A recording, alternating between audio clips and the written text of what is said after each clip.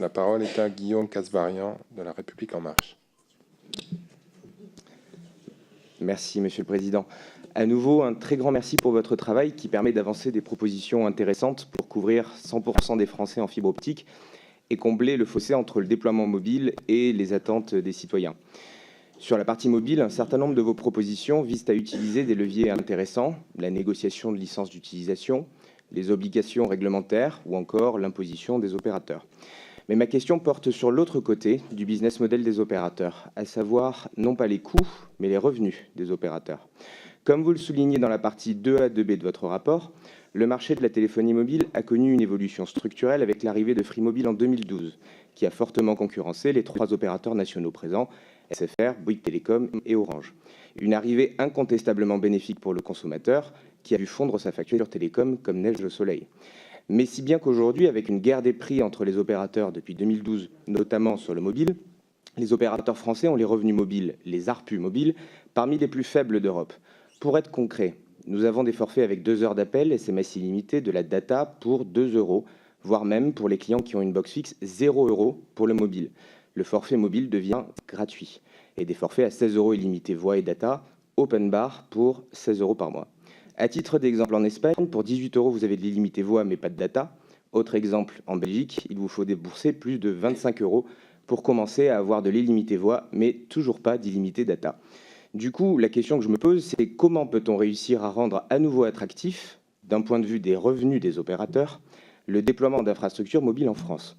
Au-delà des contraintes, de la fiscalité et des coûts, n'y a-t-il pas un sujet sur la guerre des prix entre les opérateurs et les revenus des opérateurs qui sont aujourd'hui au plancher sur le mobile?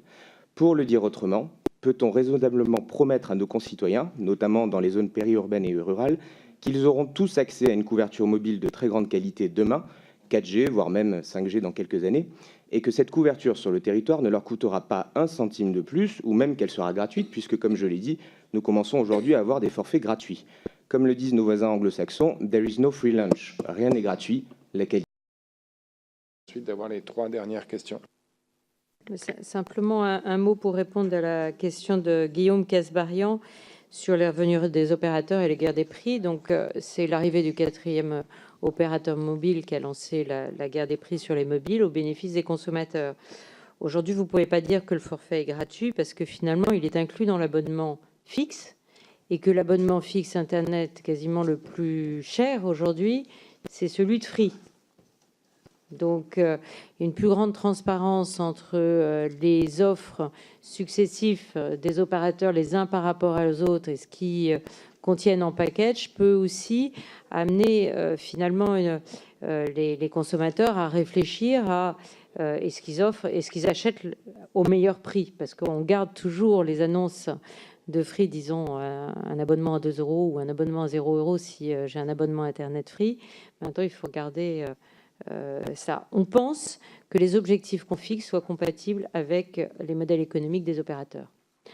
On le pense parce que on pense que ce qu'on propose aussi va peut-être les amener à mutualiser les antennes. Si on est amené à mettre l'itinérance afin que ça soit pas un gain pour celui qui a rien déployé, il faut qu'on ait un tarif réglementaire du tarif d'itinérance qui soit dissuasif et qui incite finalement les opérateurs à être sur leur propre réseau. Tout ça est tout à fait possible, mais ce qu'on ne veut absolument pas, c'est que nos territoires ruraux et nos citoyens soient mis de côté de la révolution numérique, soient mis de côté des services publics en ligne, parce que finalement, Internet, c'est un gain d'accessibilité aux services publics. On peut le voir comme ça aussi. Voilà.